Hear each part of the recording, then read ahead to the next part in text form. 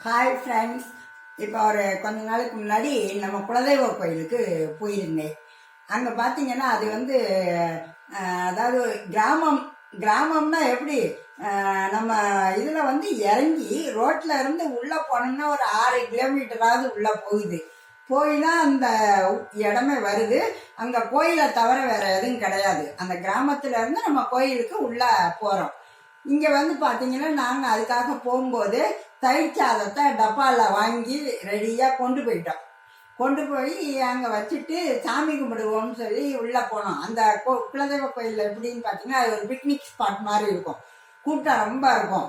நல்லா எல்லாரும் வந்து என்ஜாய் பண்ணுவாங்க. தண்ணி நல்லா சுத்தமான தண்ணி சுற்றி இருக்கா, அதனால நல்லா குளிப்பாங்க, எல்லாம் பண்ணுவாங்க.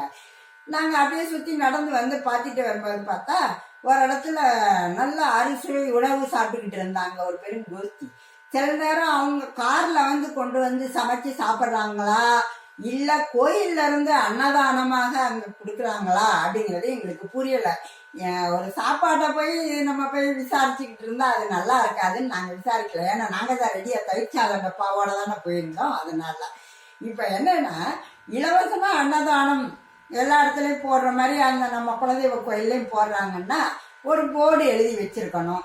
வச்சிருந்தா நாங்க கூட அன்னதானத்துக்கு இவ்வளவு ரூபா கட்டலாம் அப்படின்னு ஏதாவது ஒரு விவரம் இருந்தா கட்டிட்டு வந்திருக்கலாம். எதுவுமே இல்லை. ஆனா நல்லா உள்ள ஒரு பெரும் கூட்டமா உட்காந்து சாப்பிட்டுட்டு இருந்தாங்க. இது மாதிரி எல்லா கோயில்லையுமே நான் சொல்ல வர்றது அன்னதானம் வந்து கொடுக்கணும் அப்படின்னு விரும்புறவங்க இவ்வளவு கொடுக்கலாம் அப்படின்னு எழுதி போடுங்க. அது மாதிரி இன்னொன்று என்னன்னா இப்ப வந்து 50,000 ரூபா தான் கட்டணும் அப்படின்னு இருக்கு. வருஷத்துக்கு ஒரு முறை கட்டும்போது முந்தி 25,000 இருந்துச்சு, அப்புறம் 30,000 ஆச்சு, அப்புறம் அதுக்கப்புறம் அப்படியே ஸ்டெப் ஸ்டெப்பா கூடி இப்ப 50,000 ஆயிடுச்சு போல. அது வந்து எல்லாராலையும் அந்த 50,000 கட்டுறது கொஞ்சம் கஷ்டம்தான். அதை நம்ம அறநிலையத்துறை கூட கொஞ்சம் யோசிக்கலாம். கொஞ்சம் அப்படி முன்ன பின்ன எவ்வளோ கொடுத்தாலும் வாங்கிக்கிறோம் அப்படிங்கிற மாதிரி இது பண்ணால் அன்னதான திட்டத்துக்கும் அது வந்து கொஞ்சம் நல்ல வசதியாக இருக்கும்னு நினைக்கிறேன். ஓகே.